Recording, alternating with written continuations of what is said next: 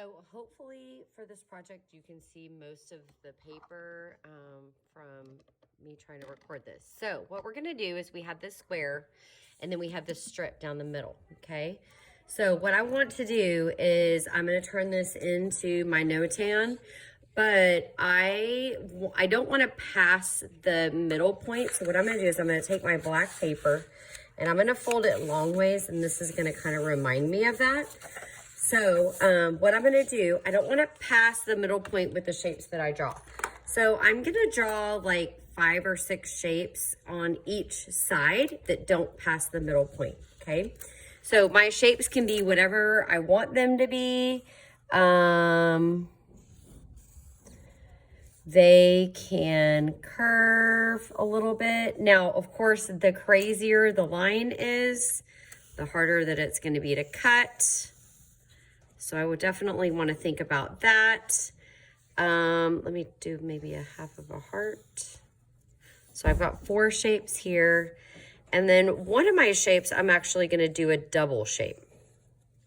Okay. Then I'm going to go to the other side and I'm going to do the same thing. Now, I don't have to obviously copy the shapes.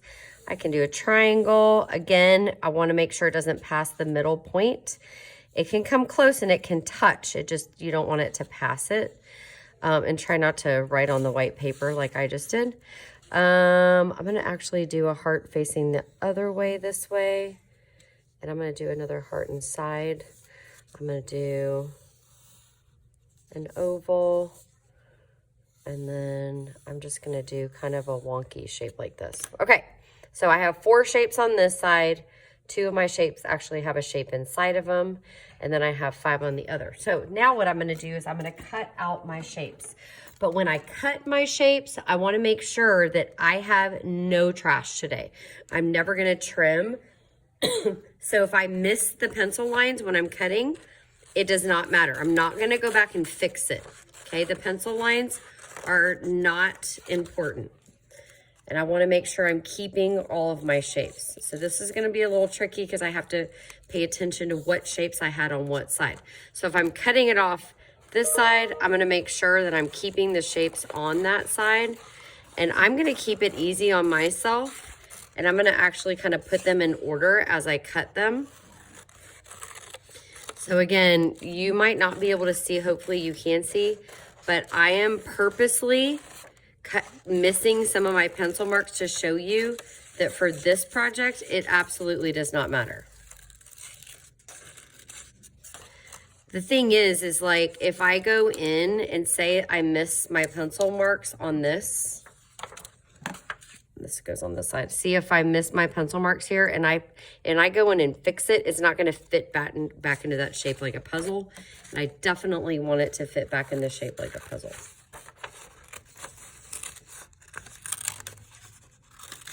I also want to be careful I don't rip this paper too. That would be bad.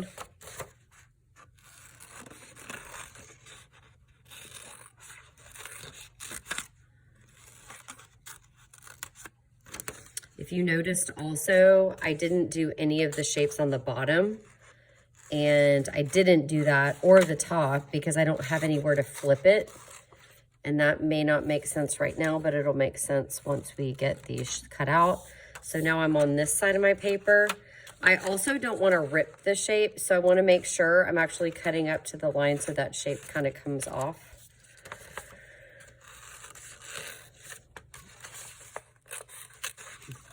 And yes, it is tricky cutting. I get it. Okay, so you just notice I'm still putting all my shapes in order.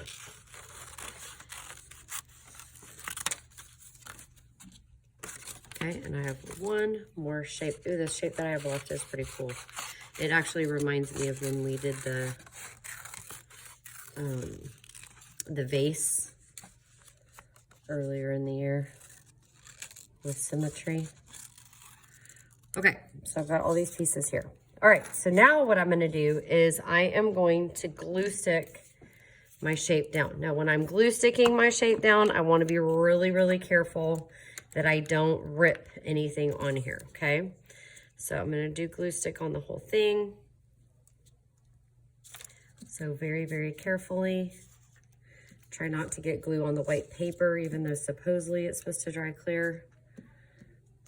Okay, so now I'm gonna flip it over and glue it down. I got a Valentine's card for you, Miss Taylor.